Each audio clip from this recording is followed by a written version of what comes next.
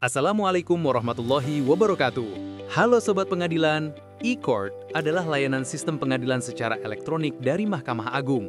Dengan e-Court, Anda dapat mendaftarkan perkara, membayar biaya perkara, menghadiri sidang, hingga mengajukan upaya hukum. Semua bisa dilakukan secara daring. Kali ini, kita akan membahas tahapan upaya hukum banding. Panduan mudah upaya hukum banding melalui e-Court di Mahkamah Syariah Lok Semawe, kelas 1B. Syarat pengajuan upaya hukum banding. 1. Tenggang waktu. Pemohon mengajukan upaya hukum banding secara elektronik dalam tenggang waktu selama 14 hari kalender. 2. Pengguna terdaftar atau pengguna lain. Sejak tingkat pertama beracara secara elektronik, semua pihak berperkara wajib menyetujui e-litigasi. Wajib memiliki salinan putusan elektronik yang diunduh dari aplikasi e-Court. 3. Email. Kuasa dan prinsipal atau para pihak mempunyai email. 4. TTE salinan putusan. Salinan putusan sudah ditandatangani secara elektronik atau TTE oleh panitera pengadilan atau mahkamah tingkat pertama. Tahapan upaya hukum banding. Pertama, pendaftaran. Login pada aplikasi e-Court Mahkamah Agung Republik Indonesia. Masuk ke akun pengguna, masuk ke dashboard pengguna, klik pendaftaran upaya hukum, klik banding online. Klik menu dashboard tambah banding. Pilih pengadilan tingkat pertama atau pengaju, yakni Mahkamah Syariah Lok Semawe.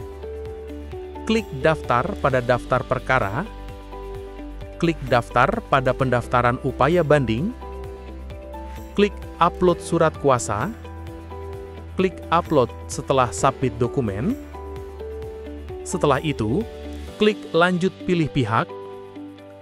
Klik tambah pemohon, klik simpan. Jika sudah selesai, klik lanjut perhitungan SKUM.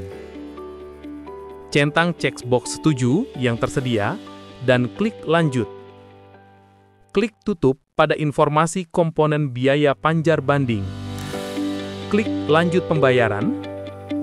Klik selesai untuk menyelesaikan pembayaran dengan VA. Tahapan kedua. Akta pernyataan banding. Setelah pendaftaran permohonan banding dilakukan pembayaran, pengguna akan mendapatkan akta banding. Untuk melihat akta banding, dapat mengklik tombol Lihat Akta Banding pada kolom informasi data permohonan banding. Tahapan ketiga, memori banding. Pembanding dapat mengajukan memori banding paling lambat 7 hari kalender sejak pernyataan banding. Tahapan keempat, kontra memori banding. Terbanding dapat mengajukan kontra memori banding paling lambat 7 hari kalender sejak pemberitahuan dan penyerahan memori banding. Tahapan kelima, inzaghi. Pengadilan memberi kesempatan bagi para pihak untuk memeriksa berkas banding melalui e-Court terhitung 3 hari kalender sejak pemberitahuan memeriksa berkas banding. Dalam kurun waktu ini, para pihak diberi kesempatan untuk memberikan tanggapan apabila berkas dianggap tidak lengkap. Tahapan keenam, pengiriman berkas banding. Berkas banding dikirim secara elektronik oleh pengadilan tingkat pertama, paling lambat 30 hari kalender setelah permohonan banding diajukan oleh pembanding. Tahapan ketujuh, putusan atau penetapan dan salinan putusan atau penetapan. Pemberitahuan salinan putusan atau penetapan kepada para pihak paling lambat 3 hari kalender setelah menerima salinan putusan atau penetapan dari pengadilan tingkat banding.